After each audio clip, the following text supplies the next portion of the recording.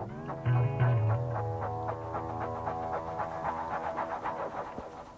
BookTube, I'm here with my third review for Canada Reads in 2017, and this is for the book Nostalgia by M.G. Vassanji, and kind of like middle of the road book, a book that should be kind of voted off in the third day, in my opinion.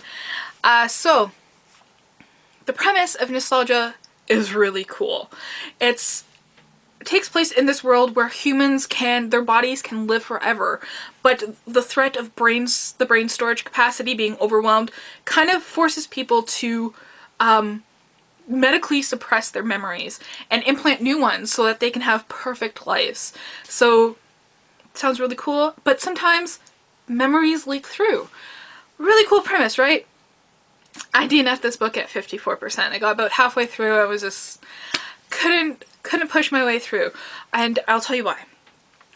First of all, the main character that we follow, he's a doctor whose job it is to fix these memory leaks. He was so arrogant and sexist. He's with this younger woman, and just, oh, you know, she's there to clean the house and give me sex, and that's all she's good for. I was like, okay, well, you know, let's keep reading. I can kind of forgive that. And then the arrogance without any foundation, without any point to it in the story. What I mean by that is that I'm not disliking it because he was arrogant. I'm disliking it because the arrogance had no point. It wasn't substantiated in the plot. It wasn't a flaw. It was just a throwaway characteristic that the author decided to give him. So he says he's the best at his job, but then he's proven not to be. And he claims at one point that he belongs to this club that's known for its exclusivity, which means that, you know, only like the rich can join. And that just totally turned me on because we spent a lot of time with this character and I just really didn't like it. And then the writing style was kind of clunky and uninteresting. It kind of plotted.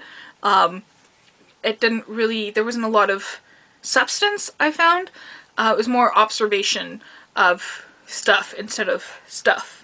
That makes sense.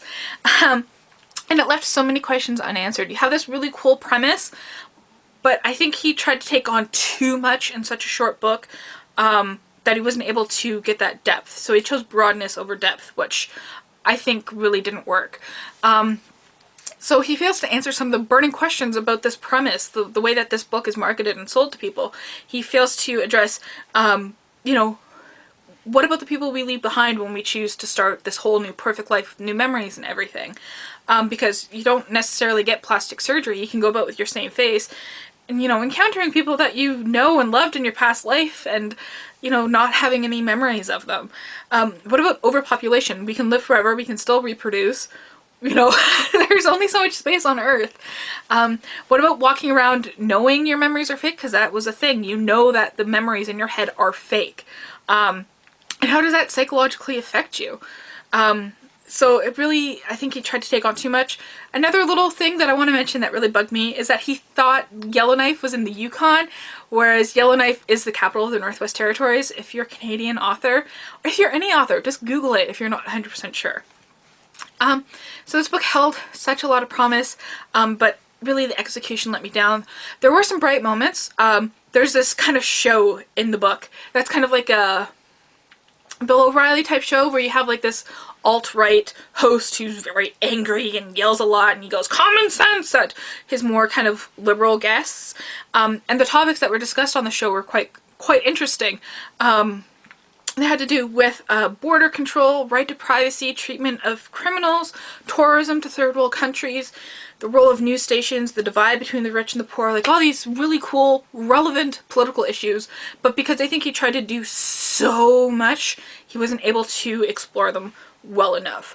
And that was my issues with the book, but still an interesting premise. Probably worth reading if you are able to forgive the main character more than I could. So let me know what you thought about Nostalgia and about Canada Reads, and thank you for watching.